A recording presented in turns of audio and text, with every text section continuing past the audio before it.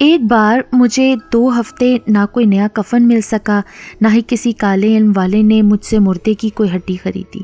یاد رہے بیٹا، یہ کام میں یہاں سے 40 کلومیٹر دور ایک اور شہر میں کیا کرتا تھا، اور قریب ہی ایک غریبانہ سی رہائش کرائے پر لے رکھی تھی۔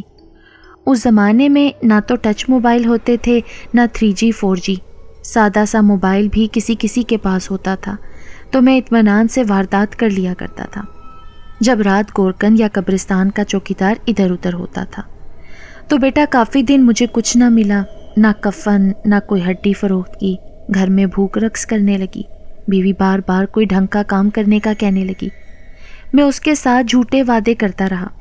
ایک بادلوں بھرے دن میں نے ایک قبرستان کے قریب سے گزرتے ایک جنازہ جاتے دیکھا۔ میں منہ پر کپڑا لے کر مختلف قبرستانوں کے چکر لگاتا رہتا تھا کہ کہیں سے کوئی میرے لیے اچھی خبر ملے۔ لوگوں کی موت میرے لیے اچھی خبر ہوا کرتی تھی۔ بابا سرد آ بھر کر بولے۔ خیر، قبرستان کے قریب جاتا جنازہ دیکھ کر میں نے فیصلہ کیا کہ آج رات ہی جب ابھی قبر کی مٹی نرم ہوگی، میں نے اپنا کام کرنا ہے۔ یہ کسی اچھی مالی حالت والے صاحب کا جنازہ تھا۔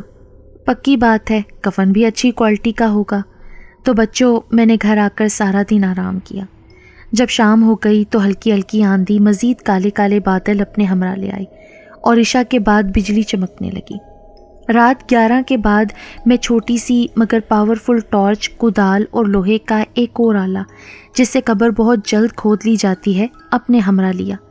جب باہر نکلنے لگا تو بیوی نے ہاتھ جوڑ لیے۔ ارے یہ حرام کام نہ کرو امجد، مگر میں نے جھڑک کر اس کو ایک طرف کر دیا۔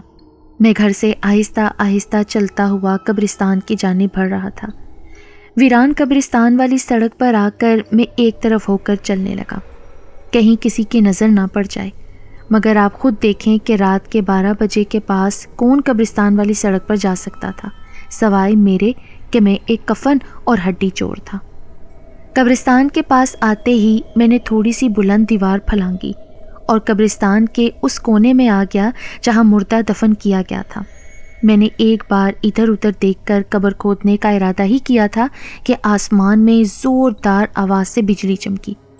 چمکتی ہوئی بجلی کی سفید اور پیلی سی روشنی کی لہر میں مجھے قبرستان کے باہر موجود سفیدے کے بلند اور طویل درخت ایک خوفناک دیو کی مانند نظر آئے۔ میں کبھی ڈرا تو نہ تھا، مگر اس منحوس موسم میں روحوں کی مانند لہراتے کالے سیاہ درخت دیکھ کر آج تو ایک بار میں پوری طرح ڈر گیا تھا۔ مگر میں نے قبر کھودنے کا ارادہ ملتوی نہیں کیا۔ تھوڑی دیر میں آدھی سے زیادہ قبر کھود ڈالی۔ کچھ دیر آرام کرنے کو رکا تو آپ یقین کریں، میرے کانوں میں ایک سرد آواز آئی، مت کرو یہ کام، مت کرو یہ کام۔ بھیانک سرگوشی سن کر میں نے ارد گرد دیکھا، مگر کوئی قریب نہ تھا۔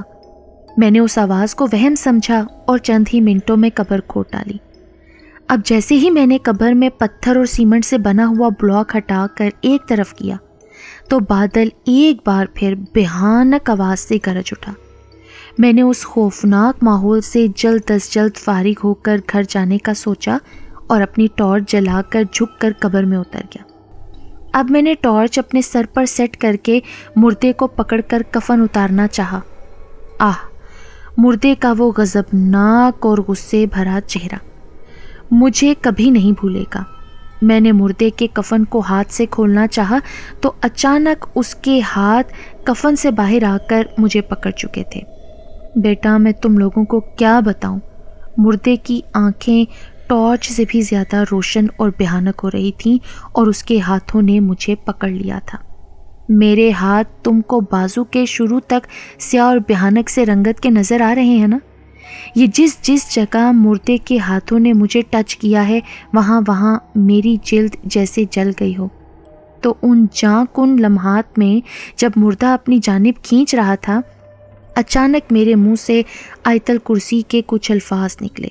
آیت الکرسی کے الفاظ سے مردے کو ایک جھٹکا سا لگا۔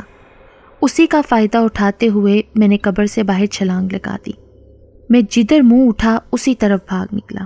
ذرا سا منہ موڑ کر دیکھا تو مردہ اپنے تھوڑے سے کھلے ہوئے کفن سمیت قبر سے باہر کھڑا تھا۔ اس سے زیادہ مجھے اب یاد نہیں۔ میں اندھا دھند بھاگتے ہوئے جانے کس گاؤں میں آ گیا۔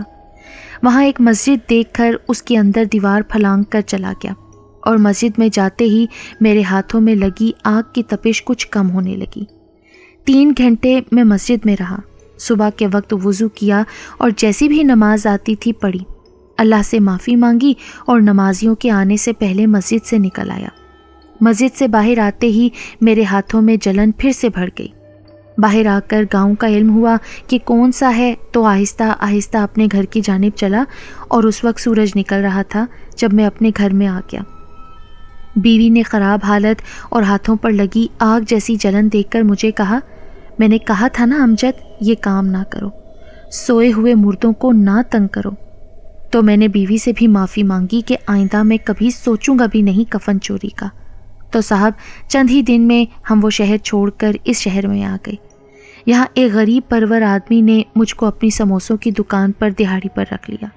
ہم دونوں دکان کے ایک طرف گودام میں ہی زندگی بسر کرنے لگے۔ آہستہ آہستہ میں بہترین سموسے پکوڑے بنانے لگا اور اپنی خود کی ریڑھی لگا لی، جو کہ اب اس دکان کی شکل میں ترقی کر گئی ہے۔ بیٹا، میں اب صدقہ خیرات کرنے کا کوئی موقع ضائع نہیں کرتا۔ ہو سکتا ہے کہ اللہ اس طرح ہی میرے گناہ معاف کر دے۔ مجھے جو ہاتھوں کی جلد جل جانے اور ہر وقت ان میں ہلکی ہلکی جلن ہونے کی سزا ملی ہے نا، یہ بہت بڑا ثبوت ہے کہ اگر آدمی دنیا میں گناہ کرے گا تو اللہ اس کو نہ صرف آخرت میں بلکہ دنیا میں بھی سزا دے گا۔ اگر اللہ نے معاف نہ کیا تو بھیانک سزا تو مجھے آخرت میں بھی ملے گی۔ تو بچوں، یہ تھی میرے ہاتھ سیاہ ہونے کی کہانی۔ ان ہاتھوں سے نہ جانے میں نے کتنی قبریں کھودی ہیں، کتنے مردوں کو تنگ کیا ہے۔ اس لیے ان ہاتھوں میں جلن ہونے اور سیاہ ہونے کی سزا تو مجھے ملنی چاہیے تھی، اور یہ سزا مجھے مل رہی ہے۔ یاد رکھنا میرے بچوں، کبھی کسی کا حق نہ کھانا، چوری نہ کرنا، کیونکہ کسی کو ستانے کی سزا بہت بھیانک ہوتی ہے، اور میں نے تو ستایا بھی قبر کے مردوں کو ہے، ان کے کفن اور ہڈیاں چوری کی ہیں، لہٰذا میری سزا مجھے لگتا ہے زندگی بھر جاری رہے گی۔ تم لوگ میری آخرت کی بہتری کی دعا کرنا۔ بابا امجد رونے لگے اور ہم دونوں جو ساکت بیٹھے داستان سن رہے تھے جلدی سے اٹھ کر بابا جی کو سہارا دے کر پانی پلانے لگے۔